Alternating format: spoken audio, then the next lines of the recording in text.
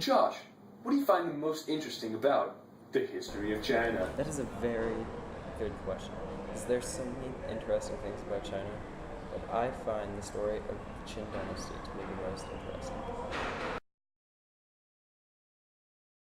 Started at birth. He was born a bastard by Lu Buwei. Lu Buwei was his true father, although Lu Buwei had sex with his favorite concubine, and out came Qin Shuangdi. But Lu Buwei, upon finding this out, that his concubine was pregnant, soon-to-be born son to the Emperor of Qin. I find this very interesting, because who would do this? Why would you want to give your son away, especially in China, where sons are prized over everything? Why would you want to do this?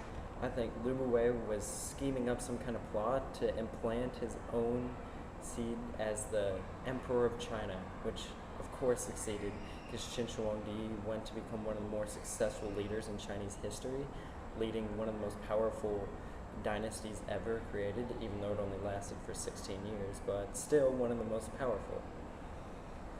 Imagine like the Queen of England having her son Prince Harry, or Prince William, one of them being a bastard.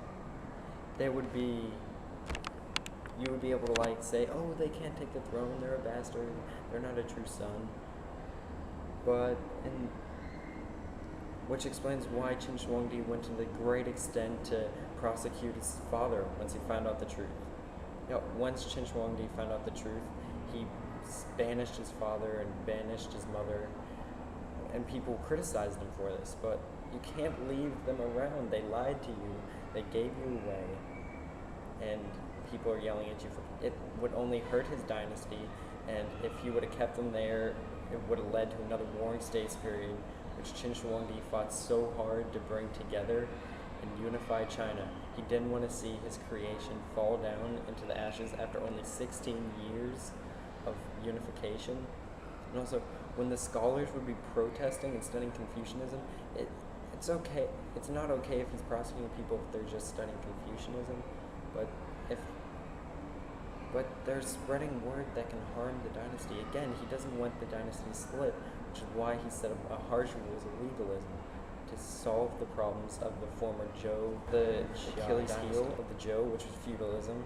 In feudalism, you split up the country into little sections, and then you send out vassals to rule each vassal state. It works in the beginning because people are loyal to you, but after like 4 generations, it starts getting like run down and people don't trust you anymore. So it turns into all-out civil war, which led to the Warring States period. To solve this, Qin Shuangdi set up a central bureaucracy. This made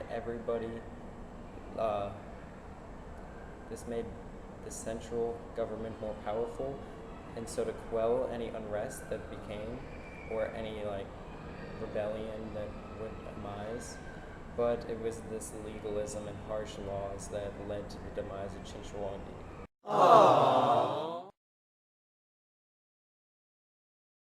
Legalism is the ruling through harsh laws. Qin Shuangdi would prosecute people would put them to death if they wouldn't work in the mausoleum.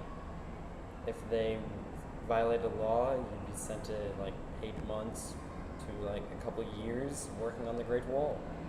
It was a harsh life, but it kept people in line. You can see that exemplified in the United States, how they have laws. With the laws that we have in place in the United States, if you commit a crime, you go to jail, you pay the time.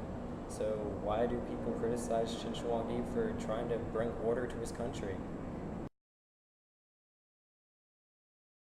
Yeah, even though people were criticizing his government, he still couldn't do anything because he was already making economic reforms. He couldn't go in and reform the government also. So that would be opening both doors. Even though this happened before, the Russians set the example for opening both doors, which is making economic and government reforms. Qin Shuangdi still knew that if he tried to make too many reforms, his country would be demolished. Thanks for listening, Fox 108 News.